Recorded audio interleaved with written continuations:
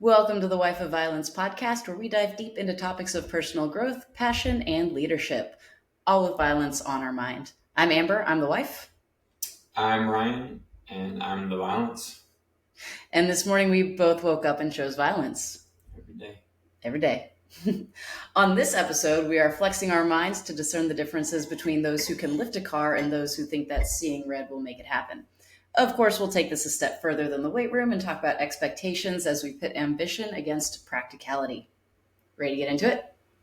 Sure, I'm not even sure what you just said, but Funny you should mention that, because I'm going to kick this off in a way that I'm really curious to know if you would have expected.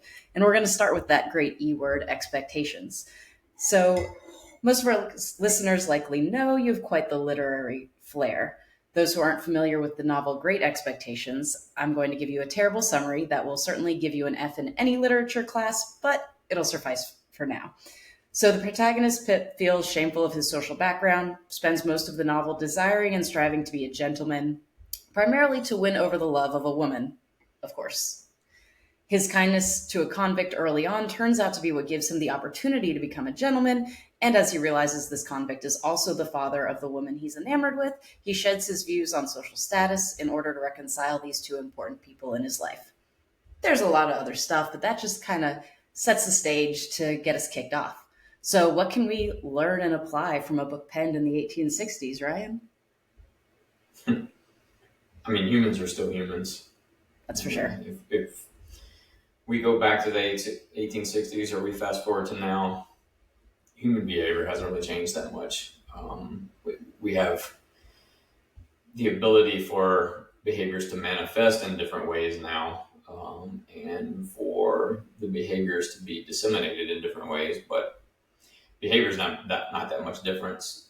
So whatever lessons were learned in 1860, I am quite certain would apply to today, when it comes to how humans interact with each other, how their thoughts on things affect how they respond to things and people. I don't imagine that that's changed very much. In this story, literally his entire life is based around this one set of expectations that if he stayed focused on would have ultimately led to his demise. How do you let go of your expectations to actually bring out what you are capable of, your actual potential? Um, I think there's being focused and being driven and motivated, to achieve a goal, and then there is a dog chasing a car, and at some point, um, if you become too myopic on whatever your narrow field of vision is drawing you to, you ignore signs that are telling you maybe you should go left instead of right, or maybe it's time to slow down, or it's time to pick up the pace, or whatever it is. And because you have set up yourself, to where your entire success in your mind is determined by whatever this goal is that you set. It's very difficult to get outside of that. We talk about in self-defense circles, the idea of plan A, second plan A, third plan A, whatever, because it's not about plan A and plan B and one being necessarily better or inferior to the other. It's about a moment in time, you know. If we put it in self-defense context, for example, and we're looking at, I've been knocked down, I've been taken down, somebody's mounted me, they're trying to punch me in the face. I buck my hips in order to trap an arm and roll them. But then all of a sudden they shift their weight back. So the moment in time for breaking their posture and bringing them forward has kind of gone. And now it's time for me to start maybe shrimping. Get on my side, look to break their posture north or east-west, kind of left to right instead of forward and backwards. It's not that an elbow escape or shrimping is not as good as. It's the best thing to do in that moment in time. But if I become so attached to the idea that buck and roll, trap and roll, uba, whatever you want to call it, is the way as opposed to a way, then I will sit there and buck my hips and buck my hips and buck my hips and buck my hips and wear myself out and exhaust myself to the point where I'm no longer able to defend myself. And ultimately, I'm going to lose. And I think in life, the same thing happens. You know, I can set an expectation, set a goal, ignore everything in the environment that's telling me I should maybe make a shift. And I just keep banging my head against this wall and wearing myself out and exhausting myself, and it becomes caustic. You know, it starts to eat you from the inside out, and then you start questioning, well, what is wrong with me? Why am I not achieving this thing that I set out to do? So, one of the Mark Manson articles that I enjoy, it's on personal values, how to know who you really are. And he had a really great quote in there. Can I interrupt you for a second? Oh, no. You can, I guess so, because you did. Because this is a perfect example of expectations. Because I loved Mark Manson's material. That's great. Until I saw what he looked like. Rude. Before, it's not that there's anything wrong with the way that he looks. It's just that it's not what you expected. It's not what I expected. I expected a much more. God, I'm going to get in trouble in this first podcast. A much more masculine-looking human. Sorry, Mark. And yeah, sorry. Listen, I love your stuff, dude. And you know, you want to come on and do an interview, I'm here for it. But I just, it's a perfect example of, I had this idea in my head of what I thought he looked like, and then I saw him, and I let that, for a moment in time, affect what I thought about the things that he was saying, which is so stupid and so wrong. But it's a perfect example of how expectations can sway you for good or bad. I would bet he's likely very happy to have defeated your expectations and not be what you thought he was going to be. Yeah, absolutely. And I would also bet that he does not care one little bit about that fan. So. Without a doubt. Tying back to what we were talking about, his quote is, "Achieving success in life is not nearly as important as our definition of success." And for what you were just talking about on the violence motif, you know, if you define success as hitting your trap and roll, you likely are not going to find a lot of success. Right. But if your definition of success is getting up to your feet or getting to a dominant position or just even improving your position, now you have those opportunities. Right. And I think a lot of times setting goals in smaller, more digestible bites is important. So the kind of the breakdown that you just gave, at first, maybe my goal is just to improve my position. I'm in an extreme negative position. I'm going to try to get to positive or even just neutral at first.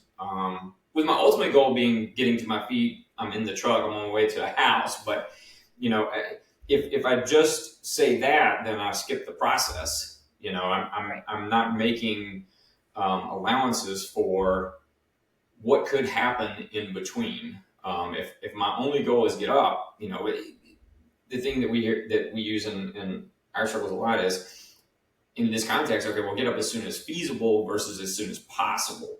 Because it may be possible for me to get up immediately, but I may trade one danger for another and end up in a worse position than I was in before. Just because somebody said, well, get up as soon as possible. And so I do that thing, and now I'm worse off than I was before I even started. Yeah. So you've got your idea of success, but you have to also know when. Right, the timing of it. Yes. It's not just about point A to point B, but there's a very important timeline between those points. Right. I'm gonna lead us down another path with another quote that I think helps start to characterize out that timeline. Unhappiness. It's from Dr. Edward de Bono, originator of the term lateral thinking. There's a lot there, but essentially a teacher of creative thinking. He says unhappiness is best defined as the difference between our talents and our expectations. So, you know, we're looking right now at here's this self-defense incident, but of course, how do we get to this point where if we're in this situation, we can do that, and how do we manage that growth along the way as we develop our skills, our talents. Right. Yeah. And that's a great quote. And I do think that, a lot of times our happiness or our unhappiness is attached to what we thought a thing was going to be. Whereas if that expectation had not been a thing to begin with, we wouldn't have allowed whatever the circumstance was to dictate how we feel that day. Right. And so that bridge, that gap between my unhappiness and success, and I think too, defining it as moments in time. You mentioned timing, and in our world, we say everything works and everything doesn't work, and it's almost always based on the timing. And so just because the timing wasn't right in this moment doesn't mean a second or two later it won't be. But if I just keep trying to force it, it's the round peg in a square hole kind of thing. It just or square peg in a round hole. It just doesn't work no matter how much I try. But if we give it a little time, that hole that fits may just come along. So yeah, it's funny. It's like if somebody hypes up a movie for you, yeah, or somebody hypes up a restaurant for you, and all you hear about is how awesome it is and how great it is, and that's all based on what their expectations happen to be. Yes. What their filters and experiences are, and then you go to this thing and you're like, meh, it was okay, I guess. Whereas maybe if you'd go into it on your own without any sort of pushing, prodding information from somebody else, you may have felt differently about it. Right. But because this person, and maybe it's a person that I trust their opinions, I value their opinions. They're in the past they've steered me in the right direction, and so I give more weight to the expectation that they have put on this thing. Right. And so now I go and I'm like, it was fine, but yeah, it was okay. Yeah. Whereas if they'd have been a little less fervent in their review, maybe I would have come out with a different experience, or a different, I guess, evaluation of the experience. The experience would have been the same. That makes it so much harder too. Yeah, right. The experience is the same, but surrounding it, the lead up, the expectations can change it greatly. I'm going to tell you a story. This might be something probably you seem to know a lot of things. Listeners, I don't know if you'll know this. So up until the 1984 Olympic Games, it lost money. Olympic events put cities into debt. In the 1976 Montreal Olympics, they suffered a huge loss, and no cities wanted to vie for the 1984 Games. So I tell you that to let you know that you shouldn't be too impressed that LA won the bid. Woo! No one was all that excited, except that the one in charge of this, Peter Ueberroth, he was going against expectations, against the grind. He had a new way of going about. Was he a baseball commissioner? He was, yeah. He has a lot of accolades in terms of what he's done. In his decision to host the 1984 Olympic Games, he made it the first ever financially viable event. And he did that by doing the things that would just be second nature to anyone running an event probably right now, in that he utilized private funding, he got sponsorship deals, TV deals, he used existing infrastructure for the event. He was easily 40 years ahead of his time. And so not only did he make a profit of over 200 million, that's 1986 today, that's over 600 million. He also, it was a turning point for athletes. Now they had these sponsorship deals and they had ways to make money and make it a part of them and themselves. So the Olympics are actually coming back to LA in 2028. So it's just an interesting tie together that the expectation was Olympics aren't going to make you money. And he looked at that expectation, said, bet, and turned it around. And now it's a battle for the Olympic Games, Well, the problem with that is it becomes a self-fulfilling prophecy, right? Mm-hmm. If you go into it thinking this thing is not going to make money, right, then I will do things that will ensure that. Right. Because I'm not looking at it from a profitability standpoint. I'm looking at it from a functionality standpoint or whatever it is. So I'm not searching out for these revenue streams that he was like, why aren't we doing Right. this? But he's bringing in a level of experience that maybe other organizers did not have before. So his expectations were based on his experience in other endeavors, and he came into it looking at it, and I didn't know this. By the way, I don't even know what we're talking about until we start talking about it. Just as an FYI. She does all the research and picks the topics and everything, and then she says things, and her expectation is that I will say things back. We'll see. This is the first one, so but no, he clearly came into it with a different lens than what all of his predecessors had. They had resigned to the fact that this thing is not a moneymaker. In fact, it's a loser. And he came into it with a very different lens, very different approach to it, and clearly it worked. He didn't let the experiences and expectations of past people affect his event. Right.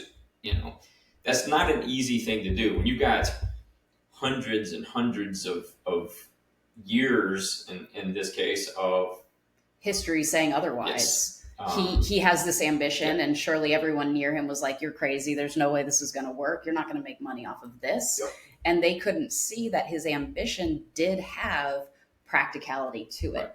Right. And I'm going to tie this back to Dr. Edward de Bono again with his lateral thinking movement, which essentially looks at provocation as being a way that we trend towards practicality while still being ambitious. And so where normal logic would say something like, the reason for saying something precedes the statement. So for example, if I say turn off the stove, it's probably because the stove is already on and there's a linear progression to that.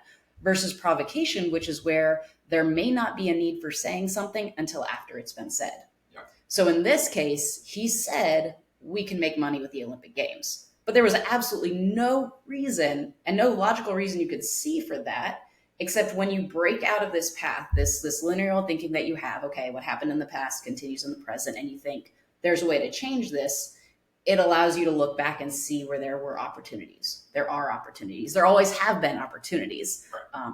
But our brain doesn't always let us think this way. Our brain takes patterns and information and it says, this is what happens and this is what you do. And it keeps a lot of people in the middle of the pack that way. And that's your brain's safety mechanism. It's Most people, I think. Right.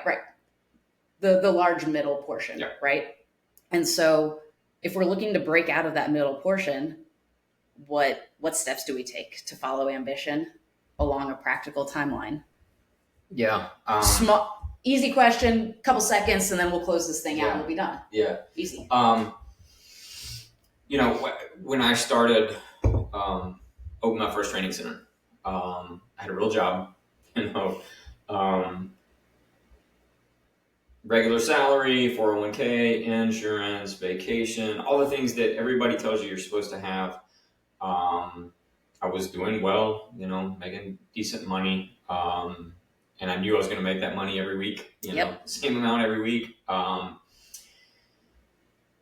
And I started teaching a little bit on the side, and it got to a point where I was like, okay, well, I'm not really doing either one of these things very well.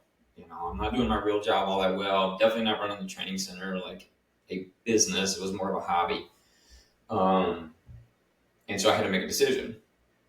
And even though I was doing by normal societal standards well in my day job, I didn't like it. Mm-hmm. I wasn't happy. I'm not sitting at a desk kind of person, Yeah. And so it came down to, okay, do I go safe or do I go with passion? And almost everybody around me, there were a couple of people that were very close to me that supported me for sure, but almost everybody around me thought I was insane. Yep. Thought I was great. Look, most small businesses don't make it a year. Martial arts training centers, come on. You probably have hundreds, if not thousands, that close on a yearly basis. Easily. And so to answer the question, I think if you've got passion about something,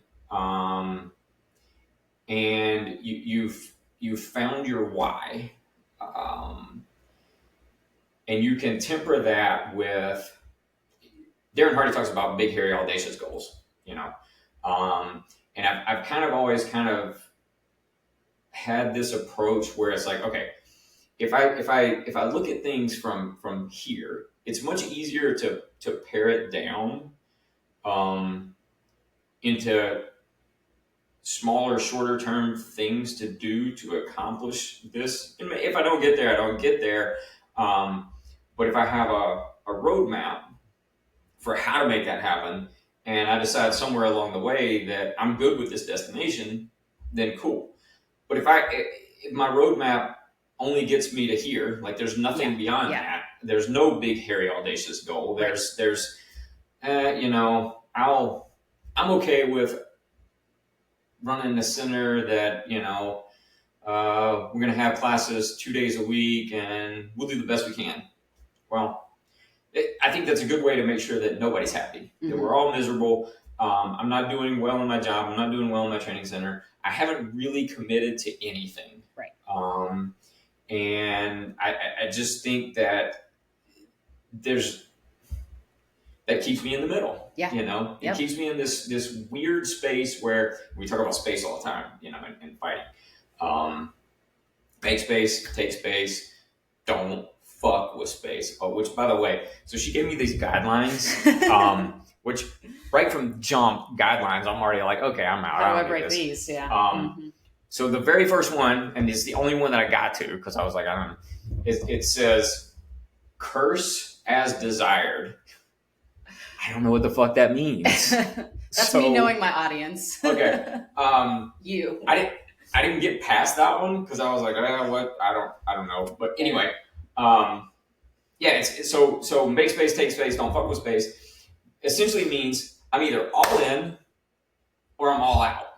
Right? I'm not playing in this middle ground where nothing is being gained and nothing is being lost. I'm from a self-defense standpoint, I'm staying in a danger area where we can exchange, but there's no positional advantage being gained. I can't really take ownership. I can't take control. I can't win, and when it comes to self-defense, you got to win. Now, we can define what that means, but I view life the same way. I'm trying to win, Yeah. And what that means is an individual thing, right? That I don't care what society tells me a win is. Right. That doesn't matter to me. If that mattered to me, I would have stayed in my job. I would still have a 401k. I would still have good insurance. I would still have vacation time, and I wouldn't be doing a podcast. It's very easy to take society's definition of success, to know exactly what that is. But finding your own life. Yeah. Finding your own definition is really difficult. I don't know if I answered your question. Close enough. So it's interesting because what you just outlined is what Angela Duckworth outlines as stages of grit in her book, Grit, Power of Passion and Perseverance, which is... quit quoting all these really smart people. But just to say, you have supporters out there that literally have given their lives to this research. And the stages of grit include interest, which is essentially passion. It begins intrinsically, enjoying what you do. While doing all the other things in your life that you're supposed to do, society says you should do, you found something you were passionate about. And even though there were things and part of that you didn't like, it was still the endeavor that brought you the most intrinsic joy. Yep. And as a whole was enjoyable, right? Sure. So then the next step is practice, yep, which has a whole slew of application, especially as we look into the world of violence. But right, this regular devotion that you want to be better than you were the day before. Yep. Right. Yep. And then from white belt mentality, that white belt mentality, whatever it takes, I'm going to improve, and not letting failures or setbacks get you down, because that's part of the improvement process. Yes. That practice. So then we move into purpose, that true conviction, that your high level, like, this is important to me, but it's also really important to other people. Yeah. And now that I have this purpose, this finding your why that people like to talk about, it comes together, your interest, your practice, this purpose. And then the last stage she mentions is hope, this rising to the occasion type of perseverance. Again, that high bar. And it's not really the last stage. It defines every stage. Because like you said, you start from here. And as you're developing and growing and practicing and finding that purpose, you can see the end game. You can see this high bar, this high goal, and keep working. And if you get knocked down, if things get difficult, you're gritty and you get back up. And that's where grit prevails, right? For me, that's betting on yourself.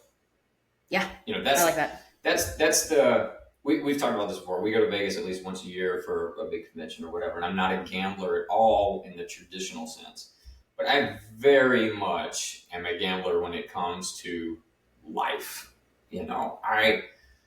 I take risks all the time, but they're almost always rooted in me betting on me and me figuring it out and me making it work and me understanding that as inevitable roadblocks hit me, I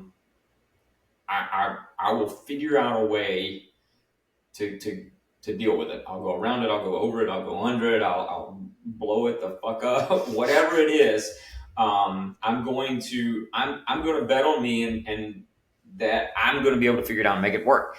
And so this idea that she's talking about here, to me, that's betting on yourself. That's having enough confidence in who you are and what your why is, that you care enough to figure it out and make it work. Yeah. So I'm gonna close this out with a quote that's very near and dear to both of us because it's from the Marvel universe.